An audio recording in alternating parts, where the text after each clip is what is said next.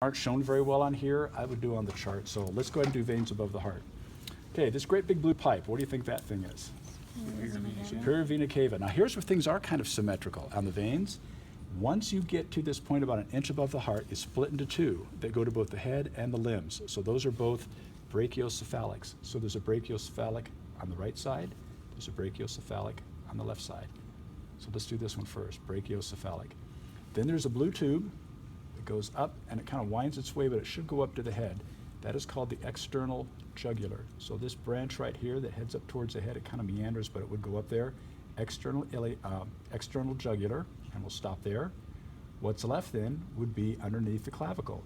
Subclavian, what would you call it in the armpit? Axillary, what would you call it way out in the arm? Brachial. Brachial. So blue tube, so as far as it goes there. So the names are kind of similar to the arteries. Go off the other side. So here's a superior vena cava. It branches into a brachiocephalic, mirror image on the other side. There's a blue tube that goes up towards the head, external jugular. What's left of the blue tube that got cut off right here should be subclavian, axillary, and if I dissected this out all the way to the arm, that would be brachial. Does this have lymph vessels? No, they would not show up in here. Okay. They've not been lighted up. There's one more vein above the heart. It's kind of an interesting one. If you move the liver out of the way and move the heart out of the way, do you guys see this big blue pipe coming up the back of the chest? I don't know if you can see that, Shannon. Yep, This I big can. blue pipe. This big blue pipe drains the chest only. It does not extend into the abdomen. It drains the chest and dumps it into the superior vena cava before it goes in the right atrium. That vessel does not have a partner. It's called the azygos, A-Z-Y-G-O-S. Remember in biology, a zygote is a fertilized egg, sperm and egg, two things come together. A prefix A in front of it means without a partner. So it's called the azygos vein. So it drains the chest. So you have to kind of move the heart out of the way. So that big blue pipe back there is called the azygos vein. I think it's actually in your, flip ahead a few pages, go forward, go to lesson 31. There's no artery. Go the other direction, Shannon, you're in the arteries. Go forward to veins. Now you can open your whole book up and go to veins now. Yeah, they do arteries first in your lab manual, and they do veins last. Thank you for being a willing flipper here. Keep going. Going. Going. Oh, too far. Sorry, There. I was trying to be. Perfect. Okay. So on your diagram of the cat on the lower right side of the lower left side of the page over there, I think they point out the azygos. By your right hand, do they have the azygos vein there?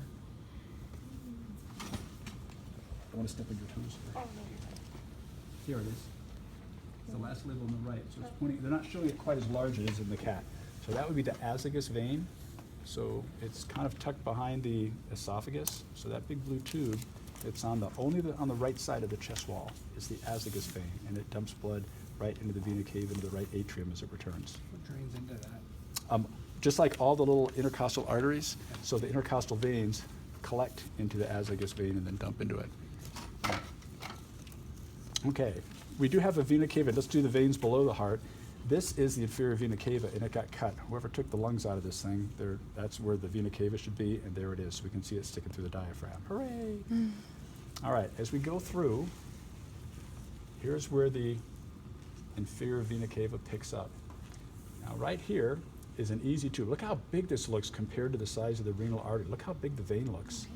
So that is just a renal vein. It looks like it's a lot bigger than the artery because it's got so much more compliance. When they inflated it with that latex under pressure, it expanded more. So often the veins look like they're a lot bigger than the arteries are. Arteries are thicker wall, they're not going to expand as much.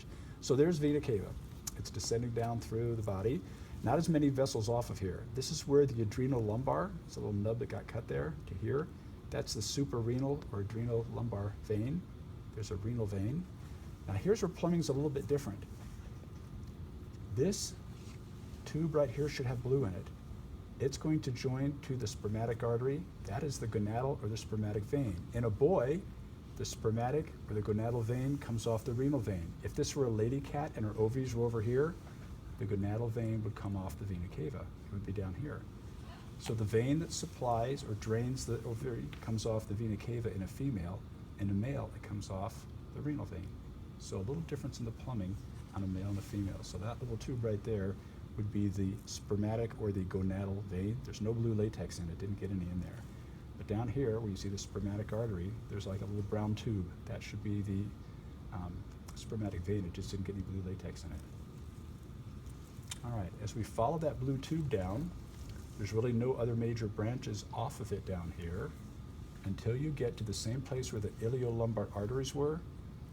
And you'll see this maybe better in the other, here we go. There's a blue vessel parallel to that. That's an iliolumbar vein. And there should be one on this side, but the latex didn't get into it. We may see it better in the other cat. So there should be iliolumbar veins that are parallel to the iliolumbar arteries. All right, I'm going to describe this without digging it all out. When the vena cava comes down, instead of branching into 5, it only branches into 3. There's what's called common iliacs on either side, and then there'll be a caudal that goes down. Common iliacs. The common iliacs will come down. They'll have a deep iliac. There'll be an internal iliac, external iliac, get through the body wall, deep femoral, and femoral vein. So the only difference is that in the arteries, we discovered that the external and the internal iliacs each came off the aorta. In the veins, the external and the internal stay together as what's called a common iliac. Then they branch off about a half an inch down.